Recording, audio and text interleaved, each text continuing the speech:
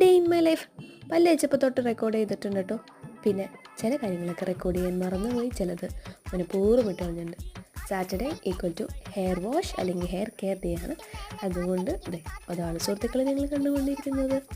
അത് കഴിഞ്ഞ് ഞാൻ ബ്രേക്ക്ഫാസ്റ്റൊക്കെ കഴിച്ചു.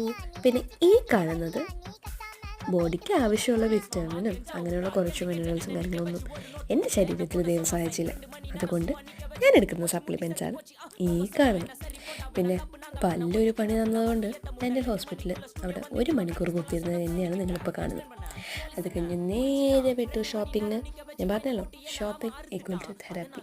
അങ്ങനെയാണ് എനിക്ക് ഒരു 100,000 ഡ്രസ്സ് ഞാൻ സെലക്ട് ചെയ്തു. നിങ്ങൾ പറ, ഇതിലേത് ഡ്രസ്സാണ് ഞാൻ ചൂസ് ചെയ്തതെന്നുള്ളത്.